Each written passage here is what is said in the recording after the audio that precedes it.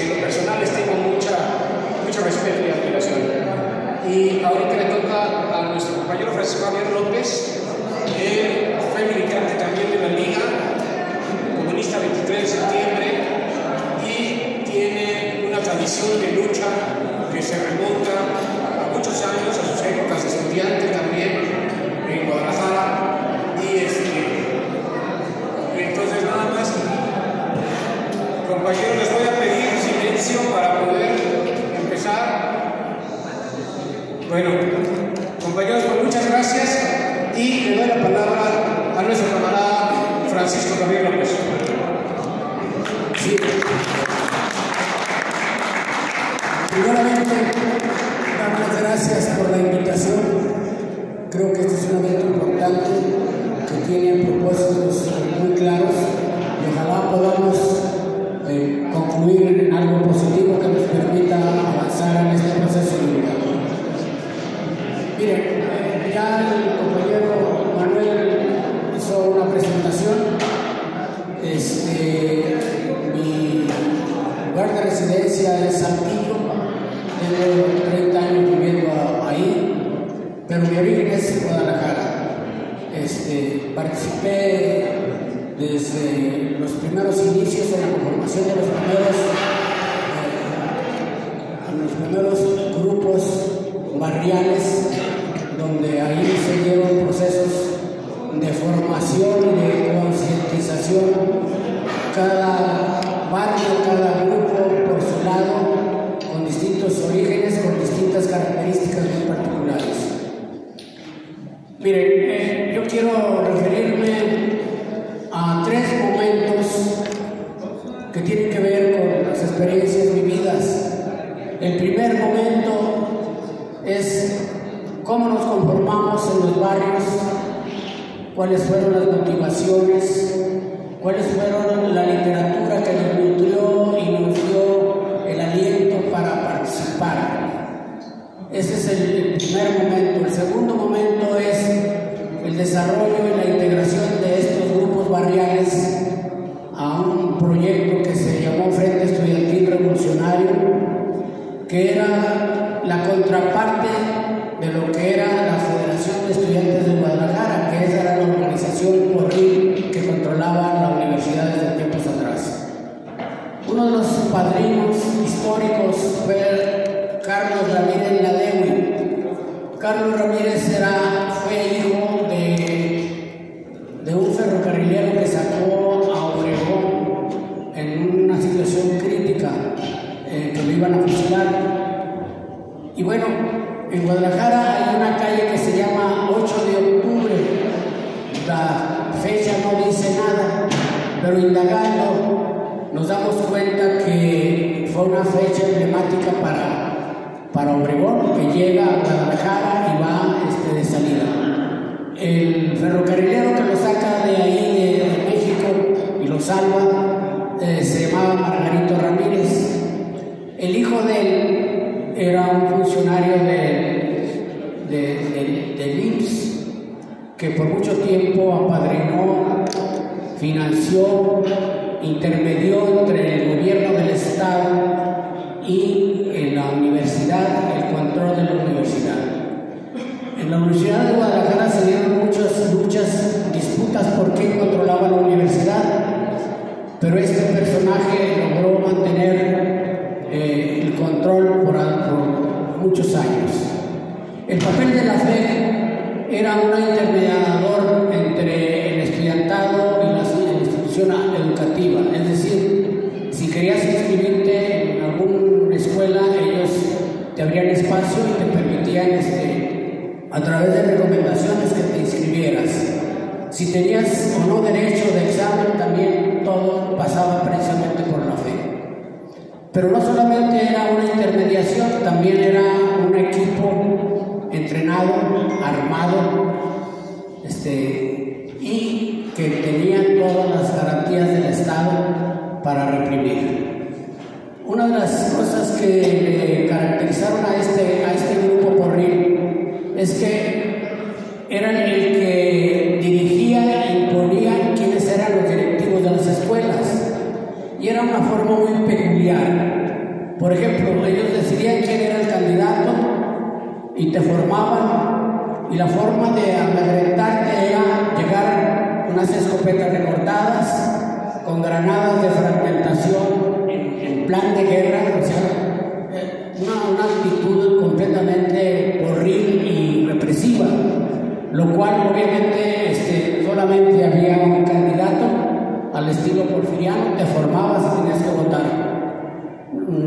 Esta lucha se dio en muchas escuelas porque mucha gente quería nombrar sus propios representantes en los comités de las escuelas, lo cual era una deuda pendiente de la cual la gente estaba siempre pendiente de buscar espacios para su representación, lo cual eso no era posible.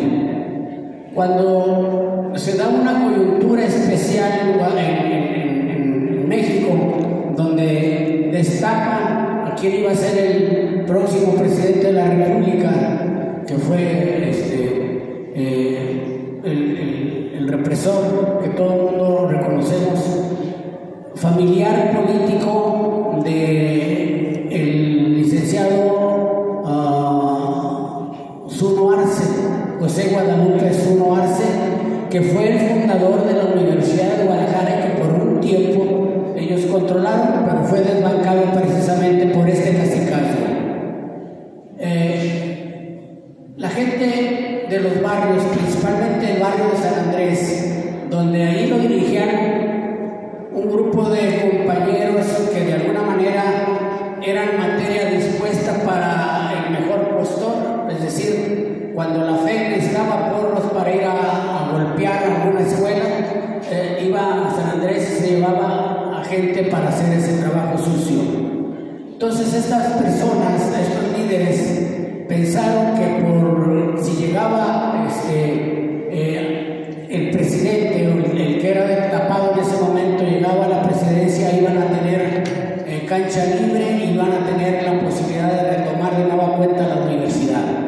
Esto generó expectativas donde mucha gente se empezó a alinear con la familia de los Zuno, que ellos de alguna manera facilitaban vehículos que eran, digamos, muebles confiscados y que ellos utilizaban y les aportaban dinero y obviamente les daban armamento y entrenamiento, ¿no?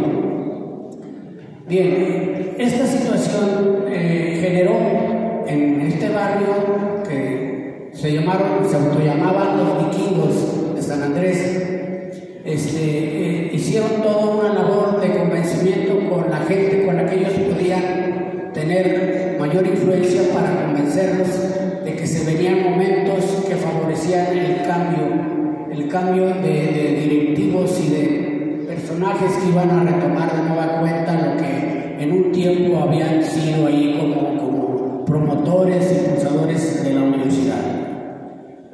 Ahí los grupos barriales, principalmente en el cual yo participé, fue el barrio de Santa Tere. Era un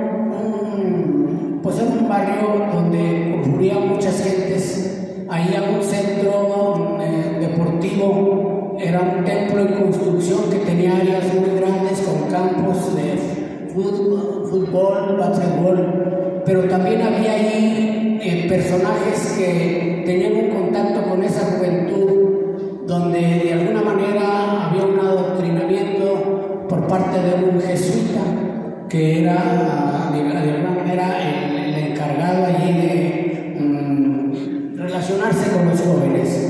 Este personaje influye mucho en algunos compañeros, sobre todo porque si sabemos que los jesuitas no tuvieron o han mantenido una línea de influencia y con una visión más liberal, lo cual se dio precisamente con los compañeros de Monterrey. Ahí fue la misma situación. Fueron los jesuitas los que les dieron herramientas a los compañeros que se conformaron como dirigentes de la liga, a Oseas, a muchas razas. Lo mismo sucedió ahí en ese espacio que le llamamos el oratorio. Una de las cosas importantes que hay que mencionar es que los grupos no estaban pensando en participar políticamente, era una cuestión meramente cultural, donde la influencia era principalmente leer libros, la literatura de aquellos tiempos, pero dentro del grupo había gente que ya estaba en carreras profesionales, algunos en filosofía y letras, otros en economía, otros en las normales, y esta gente traía ideas que ya iban en un sentido de hacer una interpretación de la realidad desde un punto de vista marxista hasta donde se podía entender en esos momentos. Esas son, digamos, las influencias y son, digamos, las motivaciones que hacen posible que cuando se dan los enfrentamientos entre la FER y el FER ya constituido, al FER lo constituyen distintas agrupaciones, incluyendo los vikingos, San Andrés, la gente de Santa Tere, de muchas colonias, pero yo creo que quienes influyeron más en dar determinadas directrices fueron precisamente el grupo de San Andrés, que estaba de alguna manera influenciado por la familia Zuno. Don Guadalupe Zuno era un catedrático de la universidad, un masón grado 33, que tenía un gran reconocimiento a nivel cultural, a nivel de las escuelas, y que bueno, eso le daba una autoridad moral para influir en los grupos barriales. Cuando nosotros empezamos a tener relaciones con gente de las juventudes, yo no sé en qué momento llegó esta gente al grupo, me imagino que fue a través de las escuelas. Llegaron compañeros que militaban en el Partido Comunista, en las Juventudes Comunistas, sobre todo uno de los dirigentes, Alfredo Campaña, gente de allá de Sonora, de Baco, de ahí de las reservaciones yaquis. Fue estudiante de la Universidad de Guadalajara, donde tenían un trabajo informativo a través de un periódico que publicaban ahí leyes. Había otro grupo que era el de Manuel, decíamos claro, yo realmente no recuerdo exactamente su nombre, y así gente que aportaba grupos de compañeros que venían de la universidad y que se fue ampliando la participación de muchos barrios, de mucha gente, hasta que formamos lo que fue el FER. El Frente Estudiantil Revolucionario se conforma el día 23 de septiembre en honor al asalto del cuartel Madera, y la acción principal fue ir a tomar la casa del FESO. El FESO significa Frente Estudiantil Socialista de Occidente, que era una casa para alojar a los estudiantes de escasos recursos o los que venían fuera de la ciudad. Esta construcción se hizo pegada a un templo que es una joya arqueológica. Ahí se alojaba la gente que venía de fuera, ahí tenían comida, tenían todo, pero luego al tiempo la FEC se va posesionando de ese espacio y empieza a meter sus porros que no tenían, digamos, o que venían de fuera y que no tenían el recurso para pagar una casa de asistencia, y se fue ocupando por los delincuentes, gente que cobraba plaza en todos los comercios de alrededor, lo cual era una incomodidad para mucha gente que ya estaba cansada. Una noche, uno de los hijos de don Andrés, fue Andrés Zuno precisamente, nos convoca a un despacho donde discutimos la estrategia para la toma de la casa. Se organizó la gente, llegamos y pues tomamos la casa, así por las buenas. Nuestro único impedimento fue una perra que tenían y cuidaba la puerta. Todo lo demás se hizo desde luego sin utilizar violencia, pero siempre tomando la precaución. Eran 3 pisos, creo. A nosotros nos tocó el último, donde estaba jefe de la casa tenía ya a su pareja y a su guardaespaldas, estaba armado. No tuvo oportunidad de hacer nada en contra de nosotros. Bajamos, se formó un discurso, se les expulsó de la casa y tomamos la casa ya de manera permanente. Esa dicha duró cuando mucho 3 días. Desde el primer momento fue rodeada la casa por la policía secreta, y una noche llegó el ejército, desalojó la casa, subió a todos los ocupantes, los que estaban haciendo guardia, los subió a un camión militar, y otro día empieza un proceso de demolición de la casa. Se acabó la casa del estudiante. Esto hizo pues necesario buscar la forma, porque ya había detenidos, ya había heridos, pero habíamos tenido un evento en el Politécnico, una marcha que empezó en la vocacional y terminó en el Poli. En este evento, el presidente de la FEC, que era Medina Luma, me acuerdo, llega con sus porros y empieza a tirotear la asamblea donde teníamos a una oradora ahí, escuchándolo, llega disparando las armas. Hay muertos, hay muchos heridos, y uno de los heridos es él, porque ya para entonces la gente ya pensaba que había que hacer un acto de autodefensa. Ahí cayó herido, la gente, algunos muy enojados porque habían caído amigos muy cercanos, quisieron rematarlo, y hubo quien intercedió, lo salvó, lo llevó a una clínica, de la clínica lo mandaron al hospital militar en México, ahí murió y lo regresaron.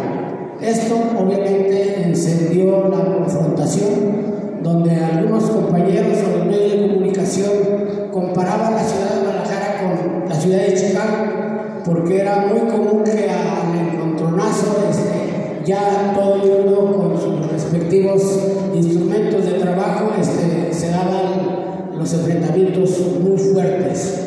En este trabajo colaboró el servicio secreto de buscar a la gente que consideraban que pues, mucha gente era conocida, o sea, no tenía cómo esconderse. Se dio estos eventos y bajó la participación, mucha gente tuvo que salir de Guadalajara, otros se clandestinizaron, otros se fueron fuera del país.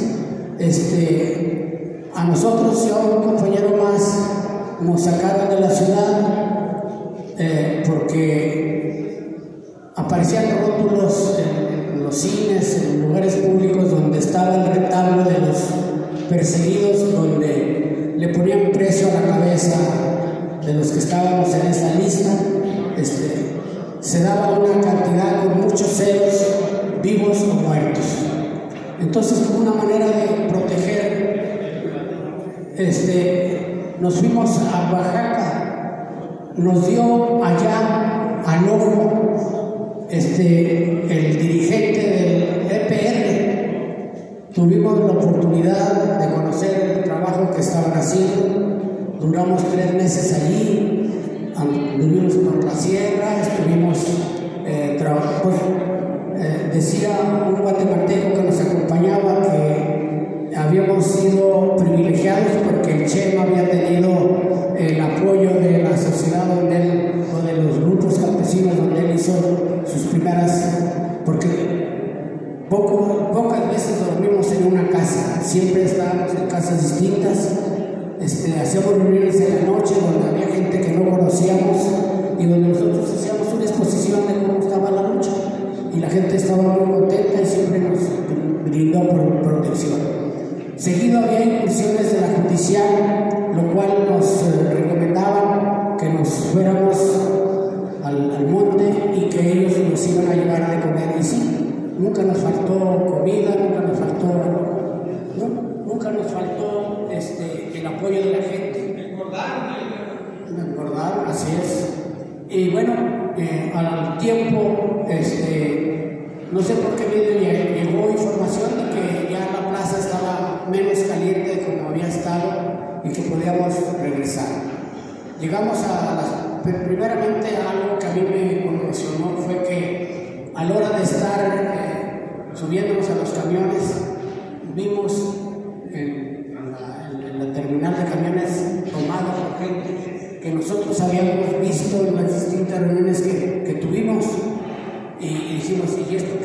pues era un acto de solidaridad para darnos protección, nos tuvimos un problema. Llegamos a la Ciudad de México y nos reagrupamos con Juan Manuel Rodríguez, alias El Clan, y nos regresamos a Guadalajara en una caravana de carros que pedimos prestado, como era de costumbre, para volver otra vez a integrar y a poner lo que había quedado, lo poco que había quedado. En ese lapso se empieza a dar una relación con Gil Olivo, que fue el enlace de los procesos con el Mar 23 en Obregón y con un miembro de ellos en Guadalajara que se fue a radicar, y ahí se empieza a vincular, se empiezan a intercambiar documentos. Nosotros teníamos como órgano informativo el Vikingo, con todo lo que significaba. En los mejores tiempos salíamos a brigadear y la prensa denunciaba que Guadalajara estaba tapizado de propaganda subversiva. Incluso hubo personajes, yo conocía a un chaparrito que le decían Juan Charrasqueado, que tenía sus huestes trabajando ahí por la 5 de febrero, eran cantinas, eran compañeras prostitutas que venían de los pueblos vecinos porque se habían embarazado y él les daba protección, pero también las explotaba, ¿no?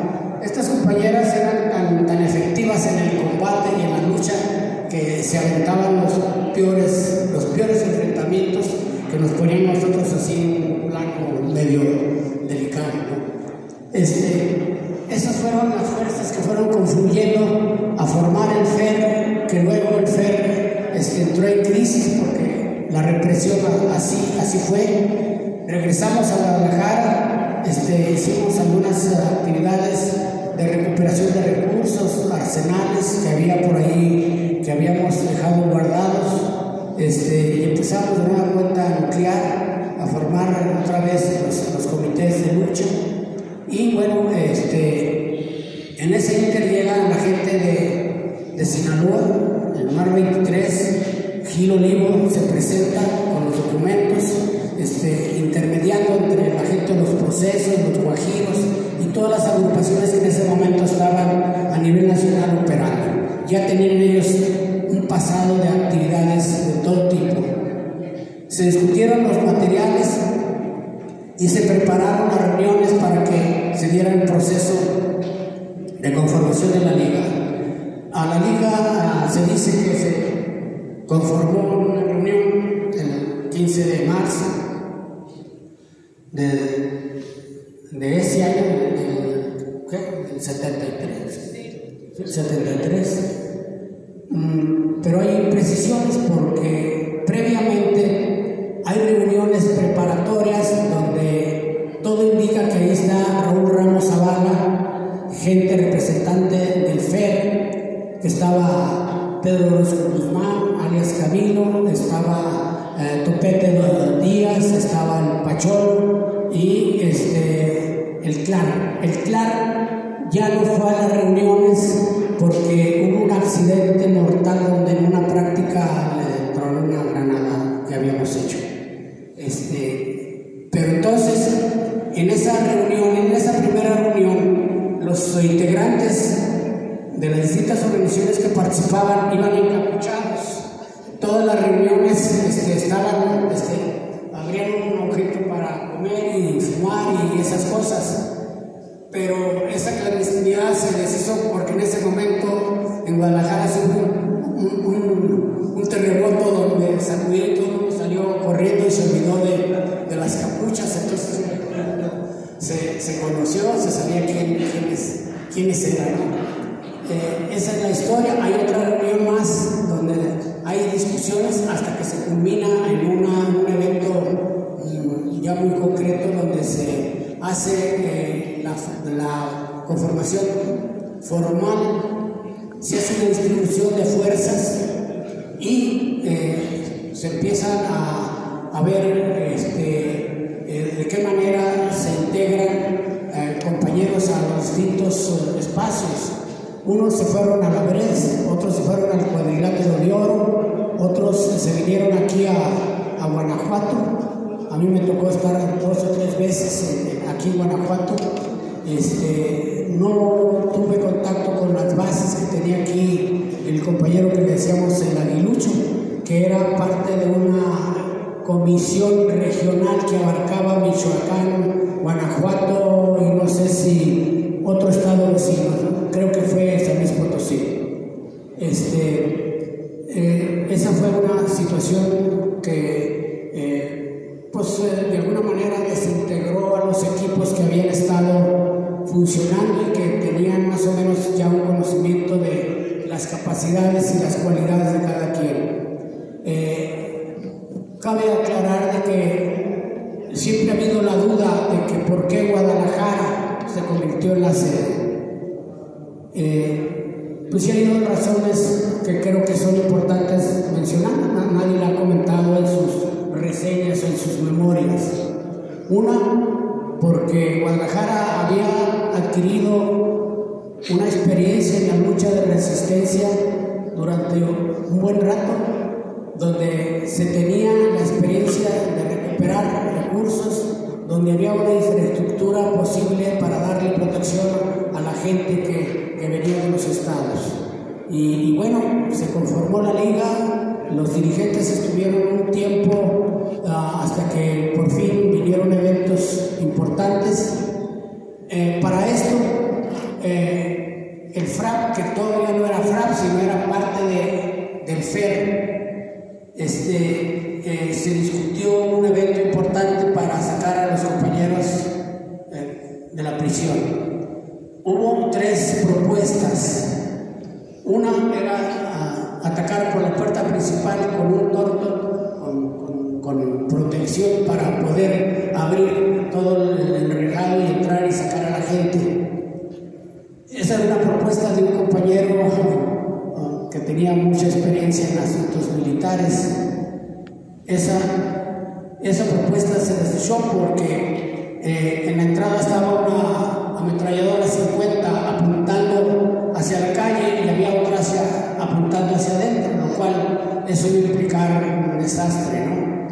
El otro idea incluso hubo ingenieros que hicieron cálculos de cuánta carga de dinamita se necesitaba para abrir un boquete en el área de los campos deportivos.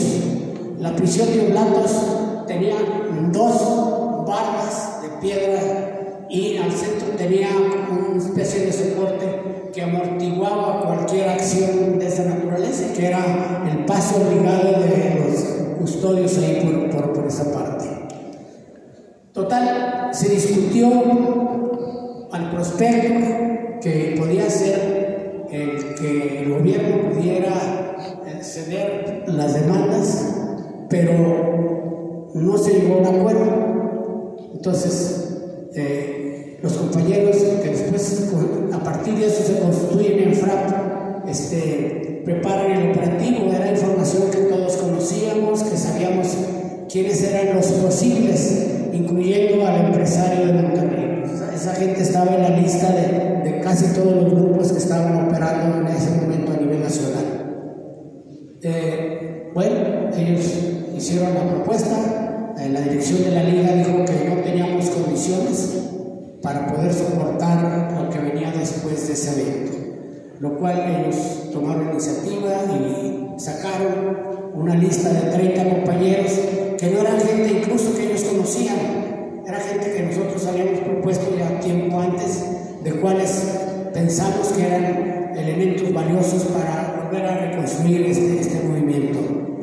Uno de los personajes que salió en la lista como propuesta nuestra fue Chema Vides, un guatemalteco que había estado en Cuba como resultado de un secuestro, porque él había participado con Turcios Lima, salió en un secuestro y llegó a Cuba, y de Cuba regresó aquí, se integró aquí con un grupo de la UNAM, con la gente de Chapingo, y formó lo que ellos llamaron la Unión del Pueblo, la Unión del Pueblo.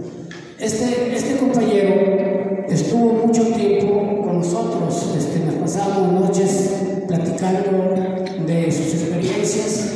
Él tuvo una buena relación con la representación diplomática de Vietnam, lo cual él se hizo de muchos materiales, tanto técnicos como de sus planteamientos políticos, ideológicos y de su estrategia, ¿no? Entonces, él platicaba de todas esas experiencias, pero también venía decepcionado de Cuba. Traía una crítica muy fuerte contra la burocratización que se estaba dando y, bueno, todo lo que posteriormente se ha dicho de cómo está la situación. Total, ¿qué elementos influyeron en la participación ya FER-Liga? El FER se fraccionó en las distintas organizaciones que dieron origen en Guadalajara. Unos se fueron, nos fuimos a la Liga, otros se integraron a la Unión del Pueblo, otros conformaron, que ahí surgió como FRAP, y que se enrolaron, y cada quien ya no hubo una coordinación y comunicación, salvo los que éramos de base, que pues teníamos el contacto con las demás gentes. O sea, entre nosotros hubo una relación de colaboración, de participación en lo que era posible, dado que se nos tenía prohibido entablar relaciones con la otra parte. Para describir una de las orientaciones que traía la Unión del Pueblo, pues era la guerra popular prolongada, y como acciones era poner bombazos. Se pusieron artefactos en instituciones bancarias, en instituciones públicas, en el PRI, ahí en una calle donde había o hay un monumento al soldado. Ese soldado se cayó como 2 o 3 veces porque lo dejábamos solo con las varillas que sostenían el monigote, ¿no? Bueno, todo esto obviamente que nos llenaba de alegría, pero el problema fue cuando nos sentimos huérfanos de una directriz, de un planteamiento más elaborado como el que traían los procesos. Y ahí es donde entra Gil Olivo, donde el compañero va a leer lo que nosotros como FER planteábamos en ese momento. Ya después las cosas cambian, porque entonces renunciamos a la lucha reivindicativa, porque planteábamos que mientras no se destruyeran las relaciones capitalistas, cualquier reivindicación no podía prosperar. Entonces aquí el compañero Manuel va a hacer una lectura de un documento que, bueno, pues es un decálogo de demandas, y bueno, va a plantear qué era lo que pensábamos cuando éramos todavía gente que planteaba la lucha reivindicativa. Se dejó eso de lado y, bueno, pues todo fue un cambio radical, porque entonces pero ese es un tema para otro momento, porque me quedo nada más en las partes más superficiales y menos complicadas. Adelante, compañero. Gracias. Les voy a leer el documento. Uno de los acontecimientos, se llama El Frente Estudiantil Revolucionario, el autor es Ramón Gil Olivo. Uno de los acontecimientos más sorprendentes que se produjeron en la ciudad de Guadalajara durante la segunda mitad del siglo XX fue el surgimiento en la década de los 70 de un movimiento guerrillero que se originó a partir de grupos de izquierda al interior de la Universidad de Guadalajara y de jóvenes provenientes de los barrios y las comunidades marginadas. Entre los primeros se encontraban los grupos de Clark, de René Realidad y de Alfredo Campaña, de las facultades de Química, Derecho, Contaduría y Filosofía y Letras. De entre los barrios sobresalía una fuerte y activa pandilla, conocida como los Vikingos, originaria de San Andrés, barrio situado al oriente de la ciudad, que mantenía una permanente lucha por ganar espacios dentro y fuera de las escuelas de la universidad. Esta combinación de fuerzas dio como resultado una organización denominada Frente Estudiantil Revolucionario, FER, cuyo proyecto de eliminar las viejas y corrompidas estructuras universitarias tuvo como proyecto de eliminar las viejas y corrompidas estructuras universitarias. Tuvo como respuesta una sangrienta represión, lo que provocó su paso al clandestinaje y rápida evolución hacia formas de lucha guerrillera. Del FER surgieron las Fuerzas Revolucionarias Armadas del Pueblo, FRAP. Reforzó con numerosos militantes a la Unión del Pueblo y fue el motor, al lado de otras organizaciones, de la fundación en marzo de 73 y posteriormente accionar de la Liga Comunista 23 de septiembre. Todo esto provocó la represión a escala pocas veces vista en la historia del país y particularmente de la capital jalisciense. Aparte de los aparatos represivos conocidos, el Estado creó redes de cárceles clandestinas y grupos paramilitares que desataron el terror en Guadalajara durante el periodo conocido como el de la Guerra Sucia. Ello llevó a la muerte o desaparición forzada de incontables jóvenes y no jóvenes, pero también a la persecución de familias enteras, a su desintegración. Al mismo tiempo, la mayoría de los militantes tuvieron que enfrentar la tortura, practicada con tal grado de crueldad que solo pudo ser producto de un Estado y de una clase política envilecidas.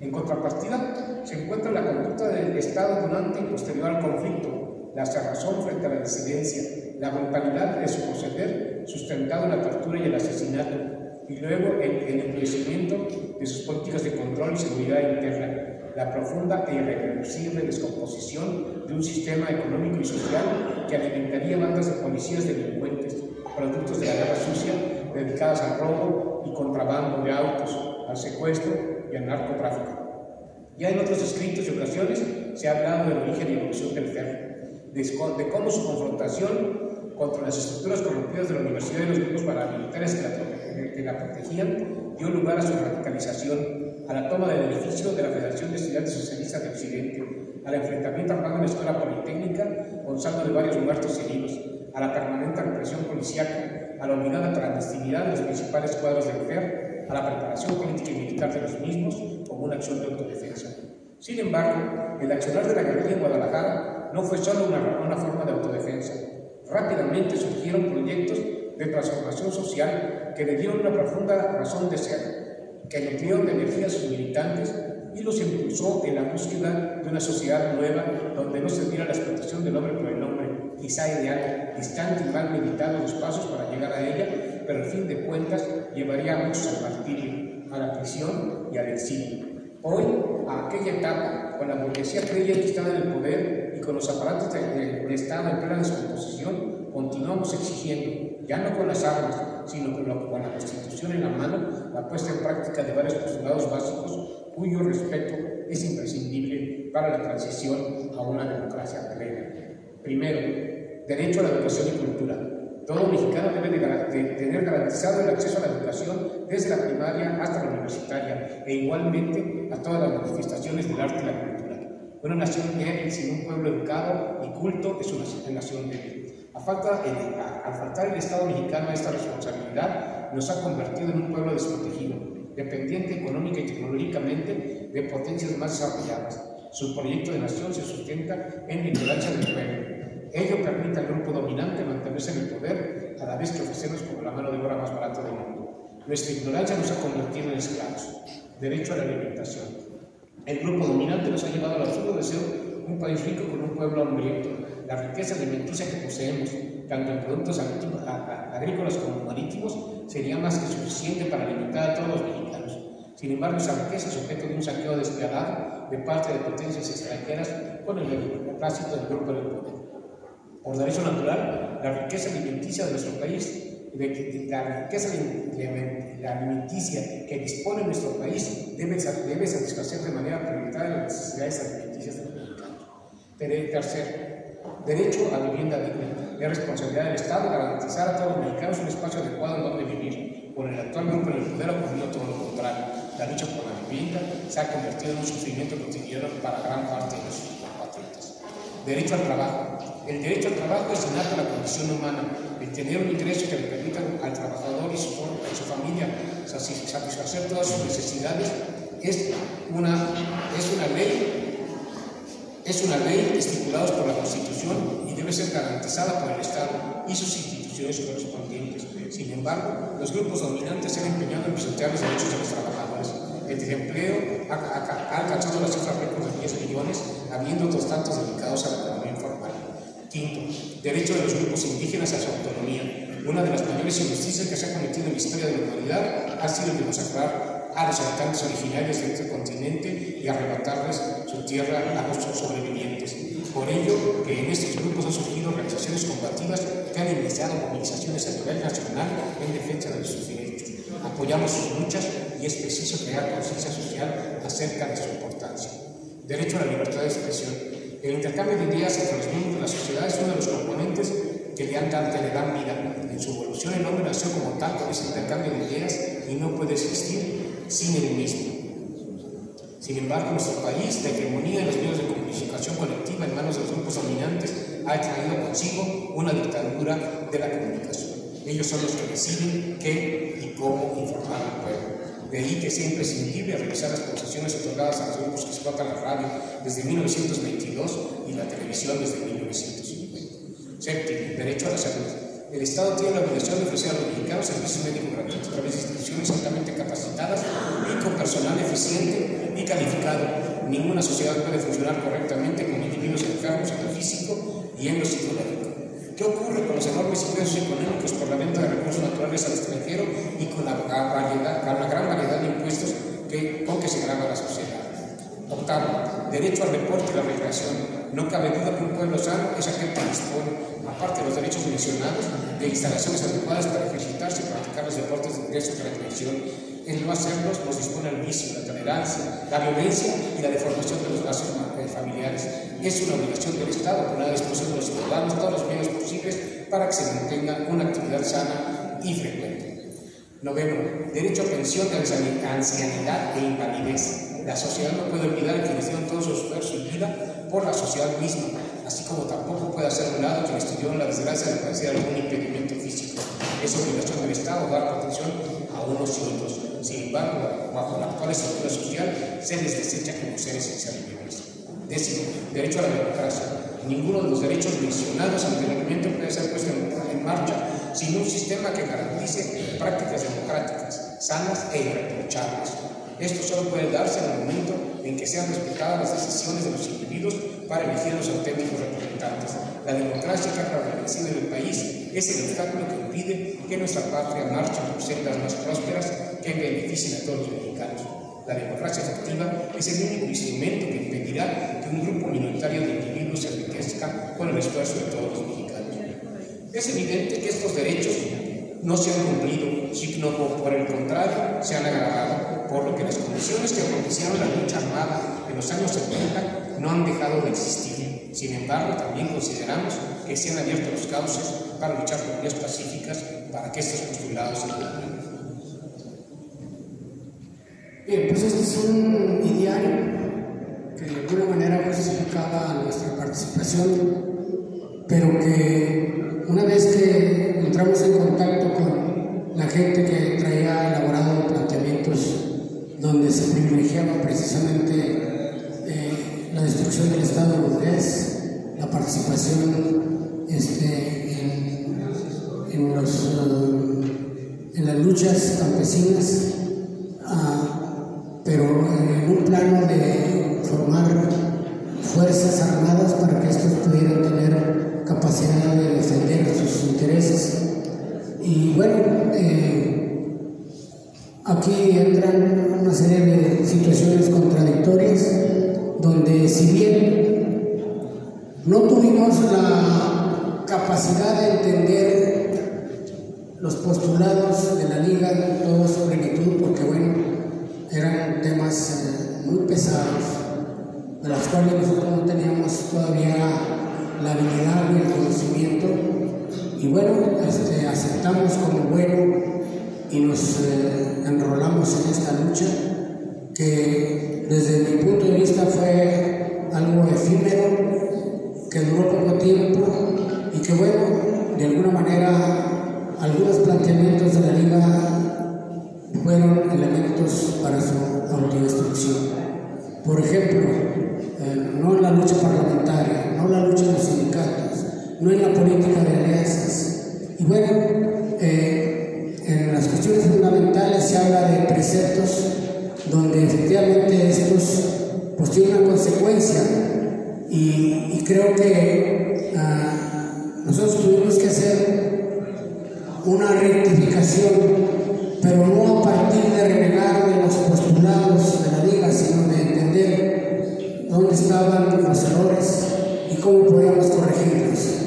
Y bueno, como necesidad, una cuestión imperiosa, tuvimos que leer de nuevo cuenta un material de Lenin que elaboró en 1920, el izquierdismo enfermedad del comunismo, y ahí nos volteó completamente el esquema.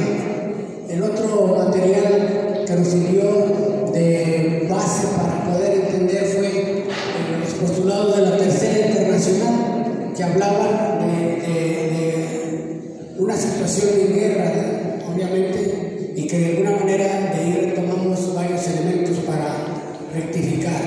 Pero eso fue en un grupo reducido porque quedamos en un momento dado, ¿qué sería?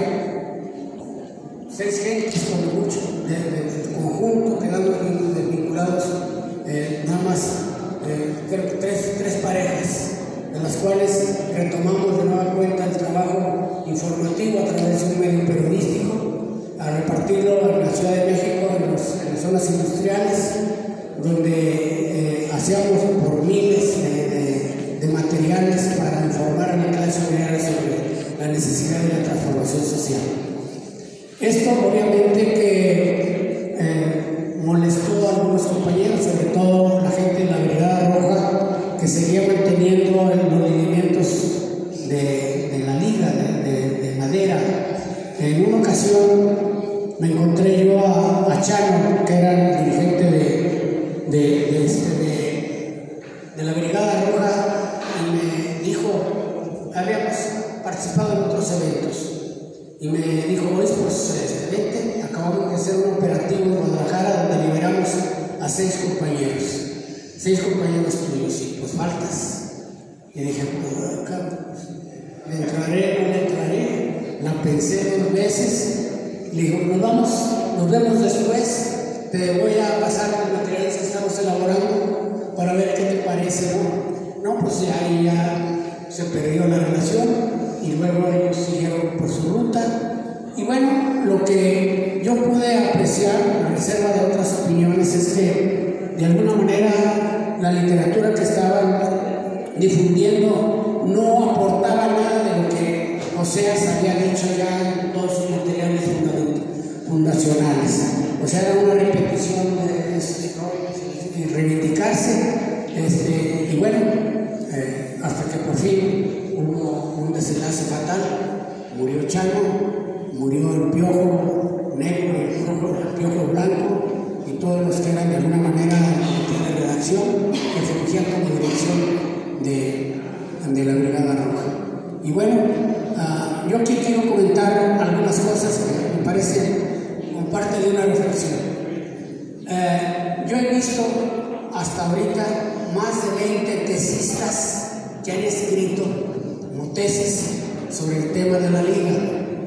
Todo el mundo pues, se va a los archivos generales de la Nación para sacar de los archivos de la Central de Seguridad, de toda la información que obviamente ya viene iniciada, ya viene con ciertas chances. Y bueno, muchos materiales que se escriben de oídas, de gente que estaba en la cárcel y que sale. Y bueno, pues ahí llegaban todos los chismes que se generaban a nivel nacional. Y bueno, sobre esa base ellos le dieron referencias, hicieron videos, hicieron películas, hicieron todo. Yo conocí de plática directa, muy reciente, cuando sale el Nietzsche Orozco, que es el que escribe, el que hace un libro. Y yo ahí, de aquella conversación inicial, antes de que él se propusiera hacer el libro, yo encontré varias cosas que eran diferentes, acomodadas a modo, pues para justificar que, bueno, pues los había liberado la Brigada Roja y que se integraron a la liga.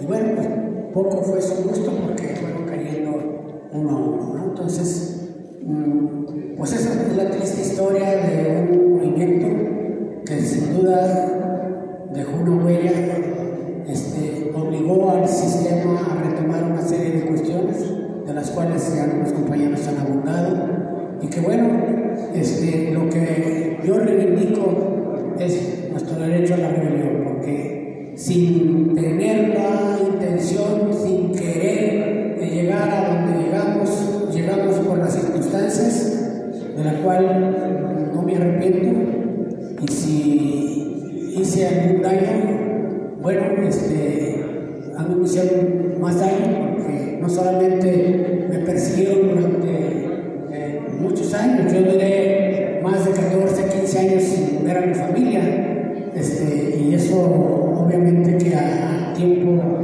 cala y te deja una huella muy fuerte, donde regresas así ocasionalmente y entras por la cañería porque no puedes ni siquiera llegar por la puerta, porque tienes a un lado a alguien que está comisionado de hacer un reporte todos los días de quién entra y quién sale. Una persona que está enfrente tiene un estanquillo, también tiene la comisión. El de la esquina, el del cajón, también tenía la encomienda de informar. Uno de ellos tuvo un incidente con uno que lo robó y pensó que era un enviado del demonio. Entonces cerró la tienda y se quitó de comerciante. Y así, al tiempo, mi vecino, que era una persona que había vivido mucho tiempo en Estados Unidos, se vino de Estados Unidos y trajo a sus hijos para que no fueran a la guerra de Vietnam. Y la Federal de Seguridad sabía que había esa anomalía porque estaban ilegales. Entonces, después, al tiempo, él me platicó de qué calibre eran las presiones y qué era lo que le estaban exigiendo como reporte diario de quién entraba, quién salía. Por fortuna, no entré ni salí. Me vieron una sola vez, a mí y a otro familiar, él murió en las torturas y nunca más nos vieron la cara. Y hasta ahora que me tomo la libertad, la ligereza de hablar de temas que obviamente tienen ciertas implicaciones y que sí me da unos compañeros. Pero bueno, no lo aguantamos. Muchas gracias. Gracias, doctora.